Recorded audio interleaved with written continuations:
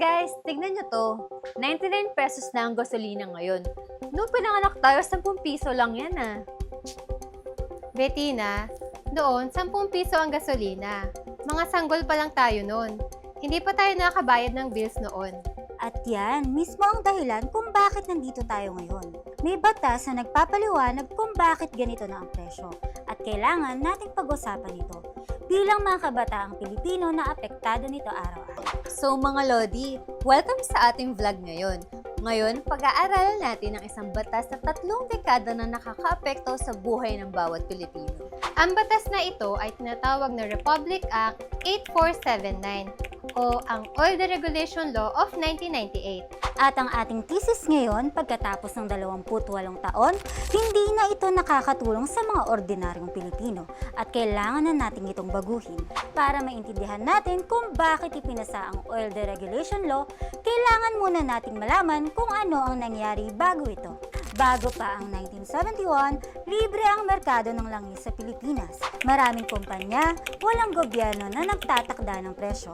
Pero noong 1971, ipinasa ang Republic Act 6173. Nag-establish ito ng Oil Industry Commission na siyang nagtatakda ng presyo ng langis. Bakit kaya nila ginawa yun? Parang ayaw nilang libre ang merkado?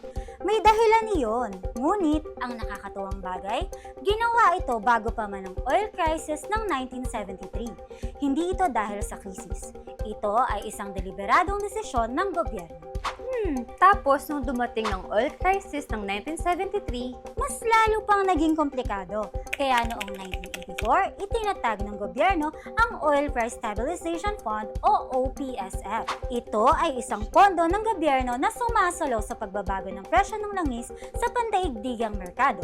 Kapag tumaas ang presyo ng krudo sa labas ng bansa, ang OPSF ang gumagastos, hindi direkta ang mamamayan. Parang gumaganap na shield ang gobyerno para sa atin? Eksakto! Buffer siya para hindi mabigla ang mga Pilipino tuwing biglang tumaas ang presyo ng langis sa mundo. parang may bodyguard tayong gobyerno, guys. Maganda naman yun, ano? Sana nga nanatili. Pero hindi na natili dahil may mga problema ang OPSF na naging sanhi ng pagbabago. Noong panahon ni Pangulong Fidel Ramos, nagsimulang maging pabigat ang OPSF sa pambansang budget. Kaya naman, noong 1996, ipinasa ng Kongreso ang Republic Act 8180, ang unang pagtatangka sa deregulasyon ng industriya ng langis. Parang narinig ko na ito, Sofia. Hindi ba ito ang batas na na-declare na unconstitutional? Tama ka, Bettina. Noong 5 ng Nobyembre 1997, idineklara ng Korte Suprema na unconstitutional ang RA 8180. Bakit? Anong problema nito? Natuklasan kasi ng Korte Suprema na imbis na totoong palayain ng merkado, ang RA 8180 ay nag-encourage ng anti-competitive behavior sa pagitan ng mga malalaking kumpanya. Si Petron, Shell at Caltex ang tinatawag na Big Three. Labag ito sa konstitusyon na nagbabawal ng monopolyo at unfair competition. So guys, pinoprotektahan ng konstitusyon tayo laban sa mga monopolyo. Nice, right? Kaya bumalik ang Kongreso at gumawa ng bagong batas. At iyon ang naging Republic Act 8479. Agis na Pebrero 1998, ang araw na nagbago ang lahat. Nilagdaan ang Republic Act 8479, ang Downstream Oil Industry Deregulation Act of 1998. Ang pangako ng batas ay malinaw. I-liberalize ang industriya ng langis, hayaan ng merkado ang magtakda ng presyo at mag-encourage ng mga maraming kumpanya na pumasok. Sa teorya, kung maraming nagbebenta ng langis, magkukumpetensya sila sa presyo at bababa ang presyo para sa atin, di ba? Iyon sana ang ideya. Inalis ng RA 8479 ang dalawang bagay. Una, ang kapangyarihan ng gobyerno na magtakda ng presyo ng langis.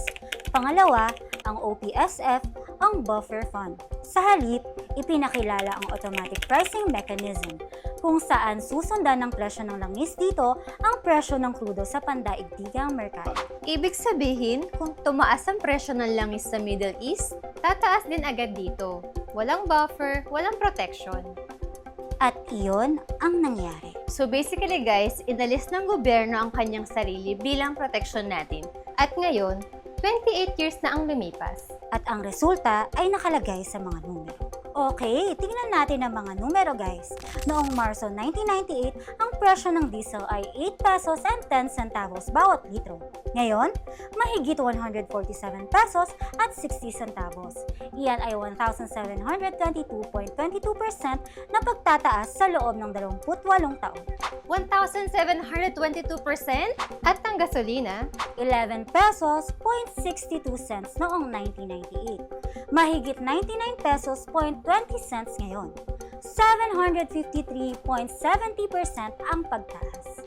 Sofia, ang driver ng jeepney, hindi tumaas ang kanyang sahod ng 1,722%. Ang mangingisda, hindi tumaas ang kanyang kita ng 753%. At ito ang pinaka-importante. Sinasabi ng mga taga-suporta ng batas na ang pagtaas ay dahil sa pandaigdigang presyo ng krudo at pagbaba ng halaga ng piso. Totoo iyon. Ngunit ang tanong ay, Ano ang napala natin? Doon tayo sa sinasabi nilang positibo. May competition na daw ngayon, di ba? totoo iyon sa teknikal na paraan. Bago ang 1998, 3 kumpanya lang, ang Big 3. Ngayon, mahigit 400 na kumpanya na ang nakikilahok sa industriya ng langis. Wow, 400! So dapat bababa na ang presyo dahil marami nagkukumpetensya. Dapat, pero hindi iyon ang nangyari. At ito ang pinaka-nakakalito. Bakit? Kung maraming nagbebenta, bakit hindi bumababa ang presyo? Dahil may pattern na paulit-ulit nang napapansin. Kapag tumataas ang presyo ng krudo sa mundo, mabilis na tumataas ang presyo dito. Pero kapag bumaba ang presyo ng krudo sa mundo, Dahan-dahan bumababa dito? eksakto. Tinatawag iyon na asymmetric pricing at matagal nang inaakusahan ang mga kumpanya ng langis ng cartelization na nagkakasundo sila sa presyo kahit labag iyon sa batas. Para lang sila magkakamag-anak na nagkakasabuatan ha? Mas mahirap mabuhay ang ordinaryong Pilipino. At walang nagtatanggol sa kanila. Walang buffer. Walang OPSF. Walang gobyerno. Nag-iisa tayong humaharap sa pandaigdigang merkado. So hindi lang tayo ang may ganitong pakiramdam, right? Marami na rin sa Kongreso at sa mga organisasyong ang nagsasalita. Oo, si Senate President Tito Soto at si Senator Robin Hood Padilla ay naghain ng panukalang batas para sa ganap na pagpapawalang bisa ng oil deregulation law. Sinabi niya, ibalik ang power ng gobyerno. Oo, at narinig ko din naman si Secretary Garin. Sinabi niya talaga na kailangan na namin talagang pag-usapan yung oil deregulation law dahil na-apekto talaga ng malaki. Kawawang tao. may bagong batas rin na inihalal sa Kongreso, ang Oil Industry Regulation and National Energy Security Act of 2026 or House Bill Number 8377. Layunin nitong ibalik ang regulasyon ng gobyerno at mag-establish muli ng Oil Price Stabilization Fund. Ang SB 2026, ang layunin nito ay ipawalang bisa ang RA 8479, ang Oil Deregulation Law, at palitan ito ng isang bagong mekanismo ng proteksyon para sa mga Pilipino. Ang panukalang batas na ito ay nagtatayo ng Emergency Oil Price Stabilization Fund o EOPSF. Guys, ito ang tamang balanse. Hindi bumabalik sa dati ng basta-basta. Nagtatayo ng bagong sistema na mas matino, mas transparent at mas may puso para sa ordinaryong Pilipino. Ang tanong ngayon ay hindi na kung kailangan nating baguhin ang sistema. Malinaw na ang sagot. Ang tanong ay kailan? At ang ang sagot sagot ay nasa atin.